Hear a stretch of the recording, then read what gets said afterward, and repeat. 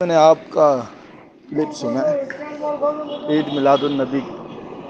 آپ ایک قرآن کریم کی آیت پڑھتے ہیں قل بفضل اللہ وبرحمتہ فبذلک فلیفرحوا اور واما بنعمت ربک فحدث. میرا سوال یہ ہے کہ کیا ان آیات کی تفسیر، ترجمہ، تشریح، ان آیات کا مفہوم اگر میلاد النبی تھا،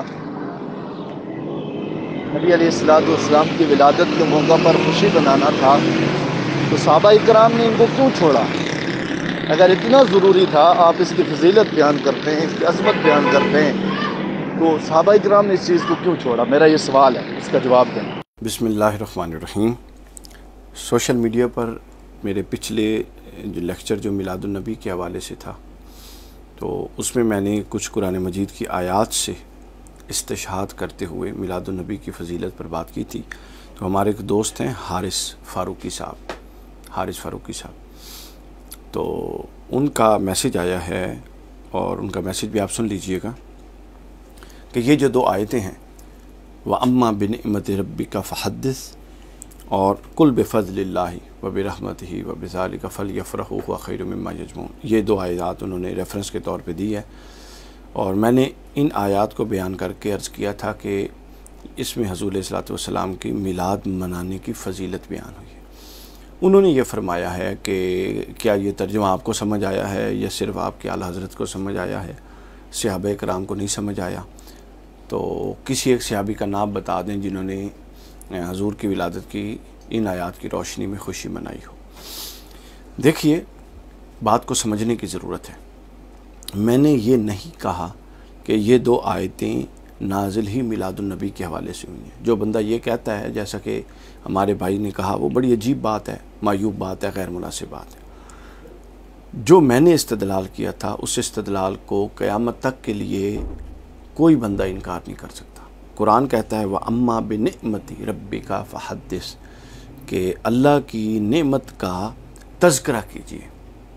اور فحدث متعدی ہے، علماء جانتے ہیں اس کا مطلب کیا ہوتا ہے، دوسروں کو اس میں شریک کر کے اس کا تذکرہ کرنا. اچھا، یہ جو آیت ہے وَأَمَّا بِنِعْمَتِ رَبِّكَ فَحَدِّثْ، اس کا مطلب میں کہتا ہوں کہ چلے میلاد النبی نہیں ہے. آپ بتا دیں اس کا مطلب کیا ہے. میلاد النبی حضور کی خوشی منانے کا، آمد کا ایک ایونٹ ہے. آپ میلاد النبی کو چھوڑ دیں. اللہ کی نعمت کا تذکرہ کرنے کا اللہ خود حکم دیتا ہے کہ میری نعمت کا چرچا کرو. نعمت کا چرچا کرنے کے لیے آپ چھوڑ دیں میلاد کو، آپ کوئی اور دن رکھ لیں. پہلے تو آپ یہ طے کر لیں کہ کیا آپ حضور علیہ السلام کی ولادت کو اور آپ کی آمد کو اللہ کی نعمت سمجھتے ہیں کہ نہیں سمجھتے. اگر سمجھتے ہیں تو پھر آدھا مسئلہ حل ہو گیا. اگر حضور کی ولادت کو آپ نعمت نہیں سمجھتے تو پھر لا علاج ہے یہ مرض. یہ تو پھر معاذ اللہ دائرہ اسلام سے بھی نکلنے والی بات ہے. اچھا، اگر آپ نعمت سمجھتے ہیں تو پھر قرآن کہتا ہے اس نعمت کا تذکرہ کرو. تو میں نے یہ عرض کیا تھا کہ میلاد النبی اس نعمت کے تذکرے کی ایک بہترین صورت ہے. آپ کو اس صورت سے اختلاف ہے، بالکل نہ کیجیے. میلاد کرنا کوئی فرض نہیں ہے، واجب نہیں ہے، اور میلاد نہ کرنے والا گناہ گار بھی نہیں ہے. یہ ایک ایسا مستحسن عمل ہے جو کئی دین کے تقاضوں سے ابھرتا ہے، اور جس کے الٹیمیٹ نتیجہ پوری کی پوری شخصیت اللہ اور اس کے رسول کے قریب ہو جاتی ہے.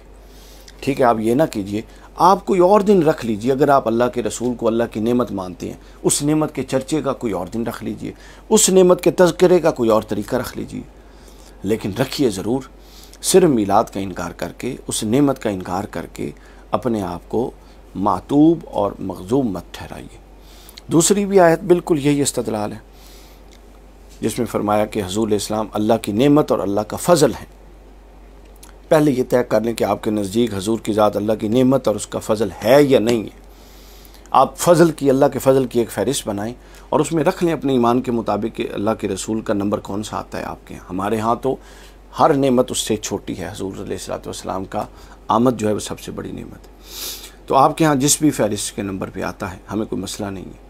آپ یہ دیکھ لیجئے کہ نعمت کا تذکرہ اور پھر نعمت پر خوشی منانا، شکر ادا کرنا، یہ قرآن کا حکم ہے. تو میں نے یہ نہیں کہا کہ اس آیت سے بھی میلاد ثابت ہے، میں نے یہ کہا کہ اس آیت میں جو اللہ کی نعمتوں پر شکر ادا کرنے کا کہا گیا ہے، حضور چونکہ نعمت کبریٰ ہیں اور اس نعمت کبریٰ کے شکر ادا کرنے کی میلاد یا ایام میلاد ایک بہترین صورت ہے۔ ٹھیک ہے، آپ کو اس سے اختلاف ہے، آپ اس کی کوئی اور صورت اور کوئی اور دن متعین کر لیجیے، لیکن وضاحت اور صراحت سے بتائیے کہ قرآن کے یہ احکام یا تو ہم اللہ کے رسول کو معاذ اللہ کی نعمت ہی نہیں مانتے اور فضل ہی نہیں مانتے، تو پھر آپ کے پاس اللہ کا کون سا فضل ہے اس کو لائیں، اور اگر یہ فضل اور نعمت ہے اور خوشی منانے کا بھی حکم ہے فَلْيَفْرَحُوا نصیحتی سے، اور وَأَمَّا بِنِعْمَتِ رَبِّكَ فَحَدِّثْ چرچا کرنے کا، ذکر کرنے کا بھی حکم ہے۔ تو پھر آپ بتا دیجئے جی ہمیں یہ طریقہ کار پسند نہیں ہے، ہم اس کو خلاف شرع سمجھتے ہیں، ہم یہ والا ایک دوسرا طریقہ کار ہے جو وضع کر رہے ہیں، وہ طریقہ کار ابھی تک 14 صدیوں میں تو آپ دوسرا سامنے نہیں لا سکے۔ آپ کے ہاں طریقہ کار صرف یہ ہے کہ آپ اس کو بیان کر دیتے ہیں میلاد کے انکار کے لیے۔